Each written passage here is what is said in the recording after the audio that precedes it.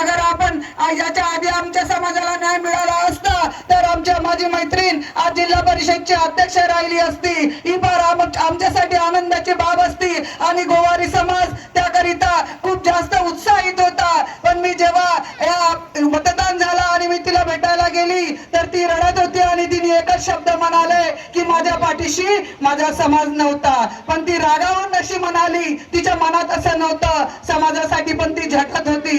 पण तिला असं वाटलं की गोंड लोक जसं आपल्यासाठी समाजासाठी एकत्रित झाले तर माझ्याही समाजाच्या माझ्या पाठीशी राहायला पाहिजे होती।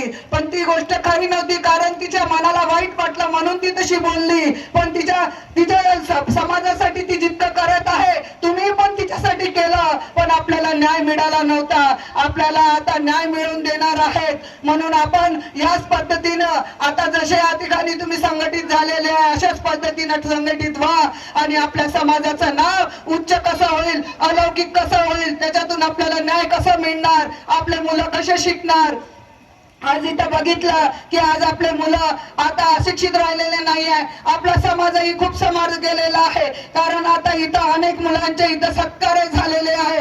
असेच अजून पुढच्या वर्षी असाच कार्यक्रम ठेवा, यापेक्षा जास्त मुलं आपले सुशिक्षित करा, संघटित करा, कारण कुठलाच भाग उरलेला नाहीये। मी आता बघितलेली आहे अनेक अशा क्षेत्रामध्ये, असं पोलीस लाईन असो, इथं अनेकशा अशा वेगवेगळ्या क्षेत्रामध्ये आज आपले मुलं समोर गेलेले आहे। तर आता ही समोर जाण्याची त्यांच्यामध्ये संधी आणून द्या।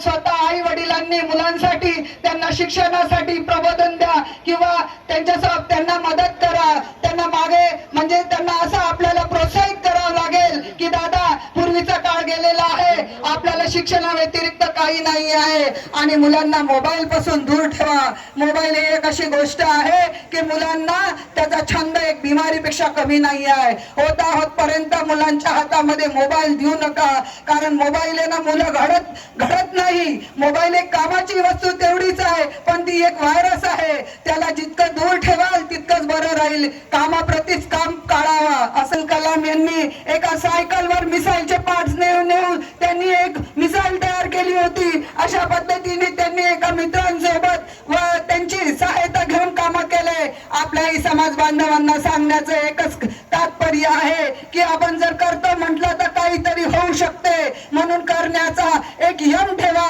तेव्हाच काही ना काही घडेल आणि काही ना काही होईल आणि आपला समाजही पुढे जाईल। म्हणून सांगते की आज तुम्ही आजपासून एकच मिशन ठेवा की आम्ही समाज एकत्रित राहू, कारण मला फार आनंद वाटला, इथं संख्या बहुतांश खूप सारी आहे, पुरुषांपेक्षा महिलांची संख्या मला जास्त वाटत आहे, तरी मला आनंद वाटला।